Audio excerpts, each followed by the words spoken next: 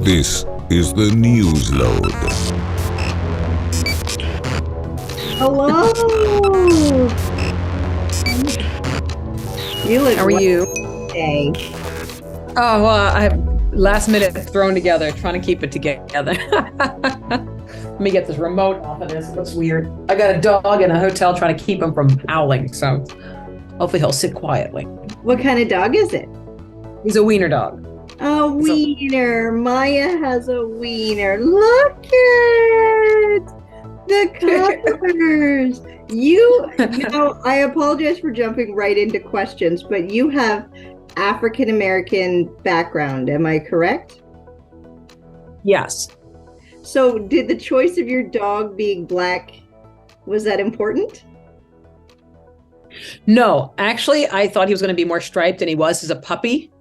He's and so he was, but you know what? My mother always had Malteses, and that's the black side of the family. So I don't know. I don't think shade has anything to do with my dog, even though there are some good jokes about that.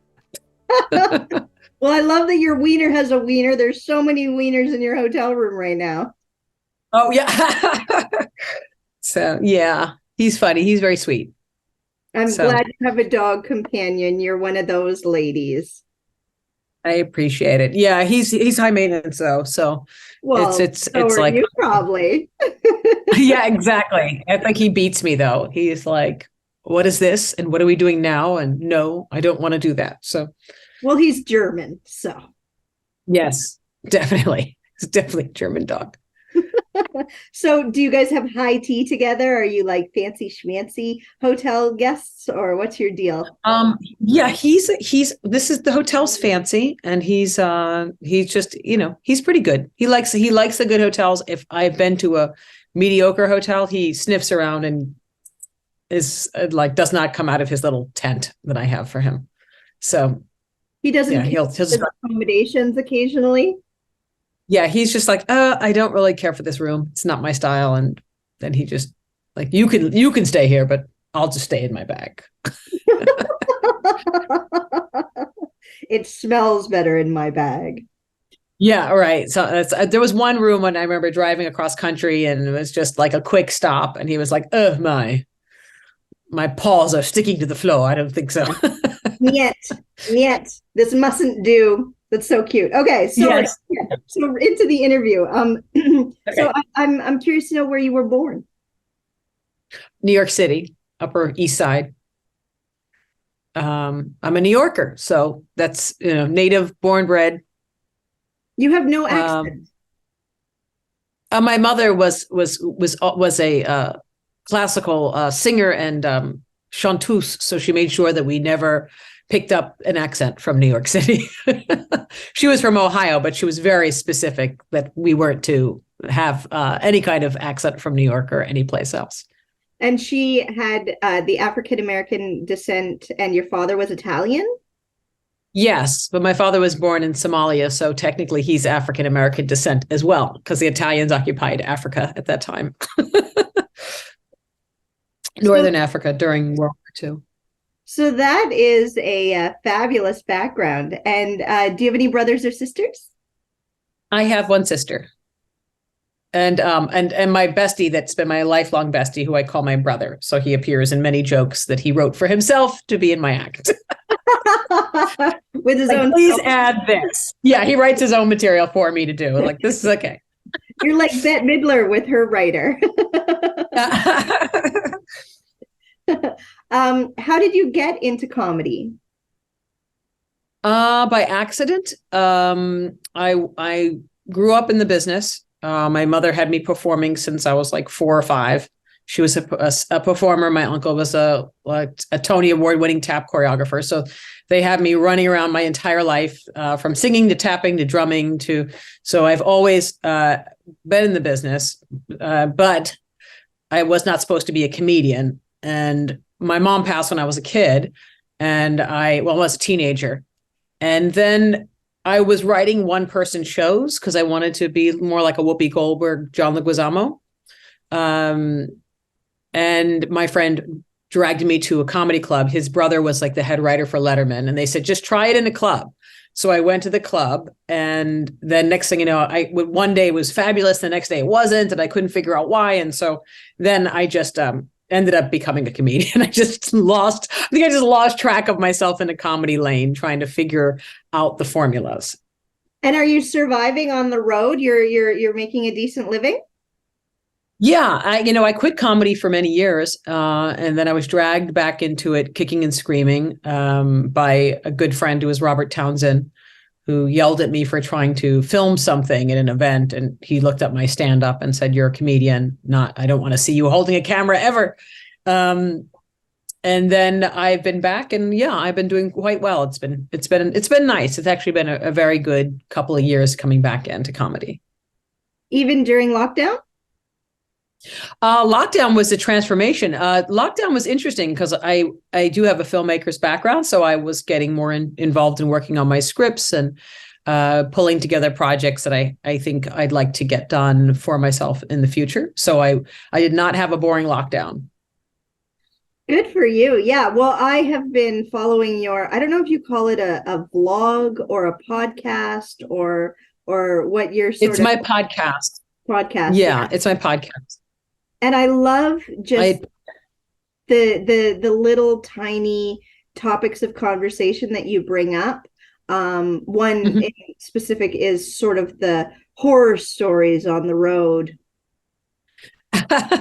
Yeah, it's interesting. I was asked by Jamie Masada to do a podcast. I wasn't sure what to do, but he kept saying he feels as though I'm holding back. And I think I definitely, when he said that, I didn't realize it, but I was like, wow, he knows what he's looking at. Because there comes a point where as a woman, you don't want to cause trouble, because I used to be a big mouth, and it cost me a lot of trouble for standing up for myself and not sleeping with the other male comics, that I caused quite a stir when I was very young in comedy. How dare so you I find like boys club? How dare you in the boys club, actually defend yourself and not want to be a sex toy? You poor thing. I'm so sorry that you wanted to actually be an entertainer and a performer and a respectable, human being. How dare you? Yeah, I paid a heavy price, and I tried for a long time they'd give me jokes, and I would, I didn't know in the beginning, and would do some jokes that were given to me. But when something would happen, I learned to snap I came from Uptown Comedy Club up in Harlem. They really trained me up there. And so when someone would snap on me, which was all the time, because I'm, playing a Def Comedy Jam circuit, and I look like I'm Jewish. So I have to kind of start with people snapping on me. No, you have to but that put me in place. Like, peace, everyone. My mom was black, and I'm like, too long an explanation. So learning to handle that. But when I finally got into the regular clubs, it was so easy for me to stand up for myself, because I was so used to having to really defend myself, that I kind of took it upon myself to punk the guys that were giving me trouble on the mic in the middle of my shows. So that, you're not supposed to stand up for yourself. So it took, how dare you? Jamie Masada I'm coming back to say, look, you're holding back, and, you could be in the lane of Kinnison. So you need to I want you to be free and know that you're safe here, and that I have your back to develop the way you need to. That's so and the good. It was wonderful. He told me a wonderful story of him working where Robin Williams took him to see Lee Strasberg, and Lee Strasberg made him strip down to nothing, singing Happy Birthday. And he said, because Masada was initially a comedian, and he said it was such a freeing experience for him to go do that, to go through a process like that. And so I do find that the podcast, my friend Matt Lewis, I was still dragging my feet to do it, but young comedian Matt Lewis has been younger in years as a comedian. He came in and he said, this is what you need to do. I'll set up the topics. You just talk. How about that?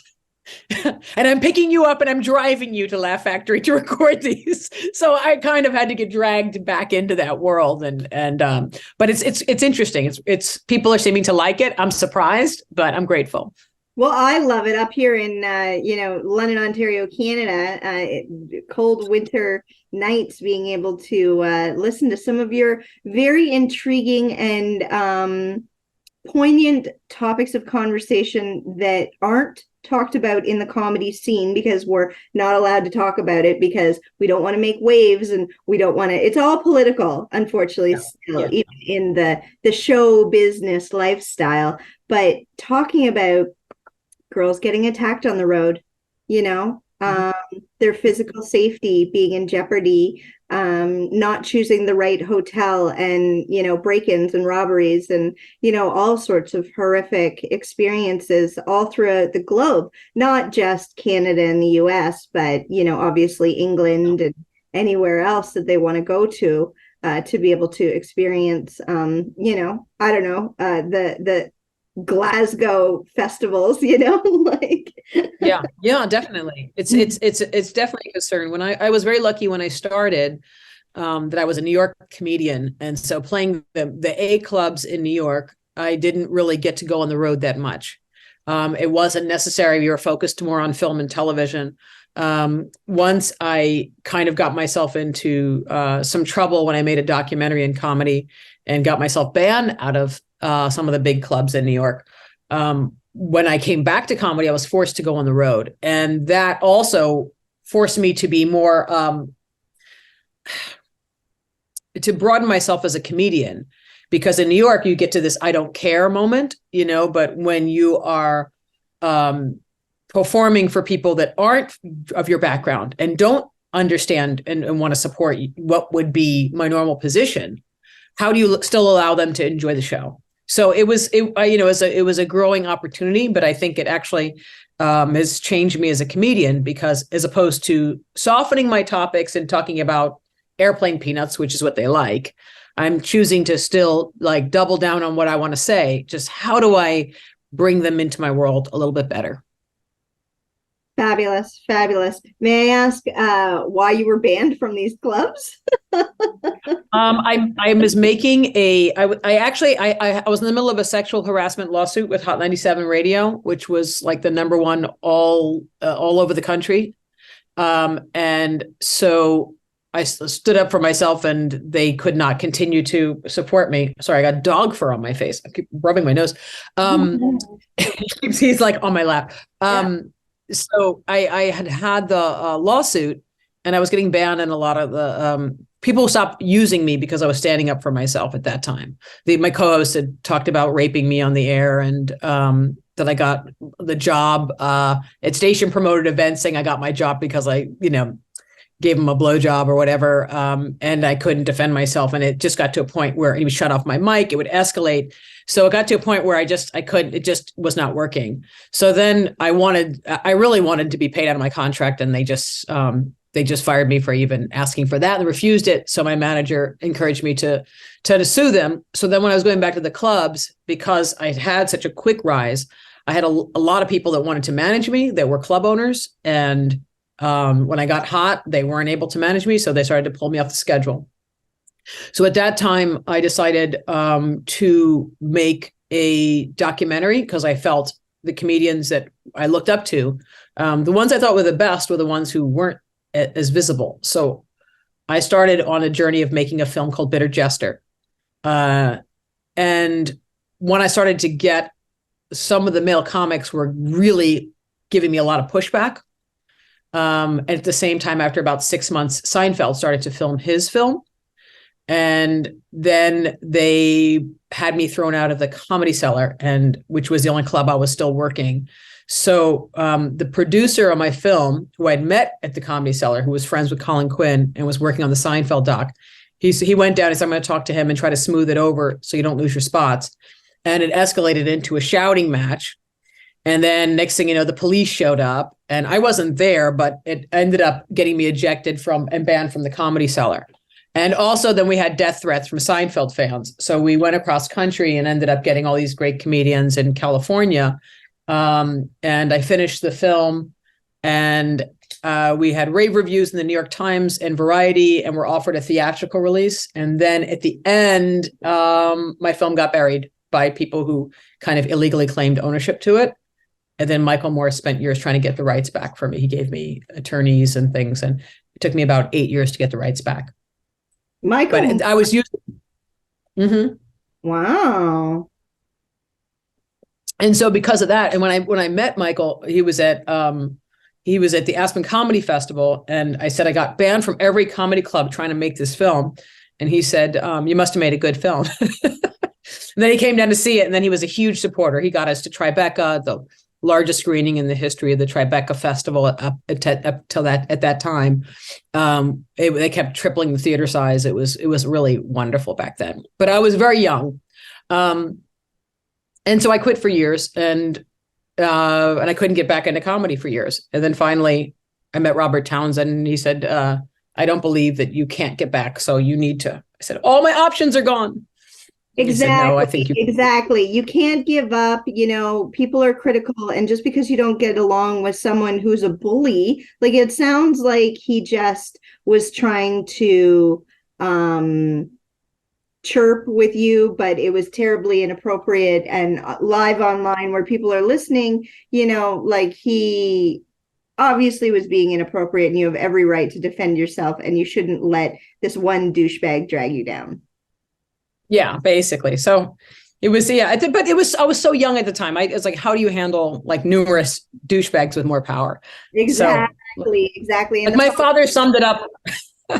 My father summed it up the other day when he was explaining to someone what happened. It was like, basically, the people who messed with you had more money than you. That's bottom line. They got more money, then they can do whatever they want. Yeah, so, and that's kind of the argument in so many situations, like Caitlyn Jenner, she's a multimillionaire and she's able to do and say whatever she wants. But, a poor student in high school who's barely got a part-time job and, barely any knowledge or experience in sports or life, wants to play sports with the girls, but is transgendered, like who makes these rules? Who is the boss? What do you think about it with the transgender boys who want to be girls and then they want to play on the girls' team?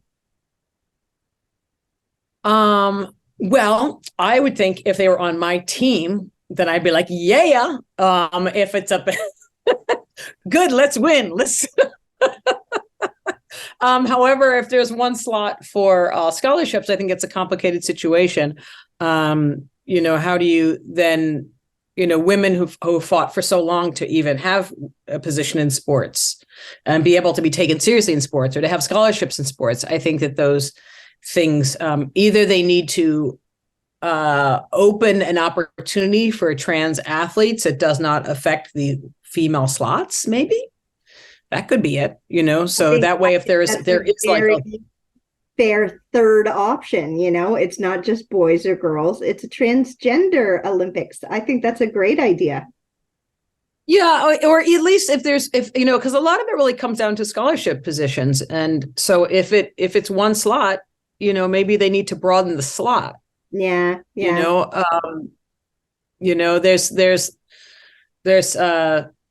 It's also it's so much, it's so close to like, I don't know, maybe I'm stretching on like affirmative action, and you're thinking that, men are going to probably beat women in women's sports unless you're Billie Jean King.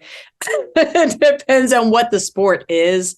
But I think if it's a position of scholarship, then maybe they could find another opportunity to support, because I think the key is that everybody should be represented. And I think sports is just so complicated. But I do know, I didn't Caitlyn Jenner say that it wasn't an unfair thing? Well, yeah, she said let the girls play, and if the transgender boys who are becoming girls want to participate, then just like you said, I think we need to consider a third option. Ankle weights. Just kidding. Not when they're swimming. You do a calculation of muscle mass. They're runners. Your Italian is showing. If you put ankle weights on the swimmer, they start with the fishes. Well, no, not that heavy an ankle weight. But if you're doing like, okay, so if your muscle mass is this much more of the muscle mass, then to make it even, because you might even say some swimmer might have more muscle mass, So you take the muscle mass, if that's what's the difference, what's going on, and then you put a little weight on. It could be a pound. It doesn't have to be. I loved the comedian's idea. I can't remember who said it, but let's give them all steroids and see how hard the human body can go on in the Olympics. Oh my goodness, it's crazy. But anyway, I really want to thank you so much for your time. I think you're incredible. I really appreciate your need for inclusiveness and to fight for women's rights, racial rights, American rights. It's all very impressive. Oh, thank you very much. I appreciate it. And please keep doing what you're doing. Don't stop. Thank you so much. And thanks for having me. I appreciate it. And if I can ask one more thing, if you can say it loud, if you can say it proud, I love Newsload. I love Newsload. Thank you, Maija. I hope you have a wonderful day. Sure. Thank you. You too. Bye. Bye. This is the Newsload.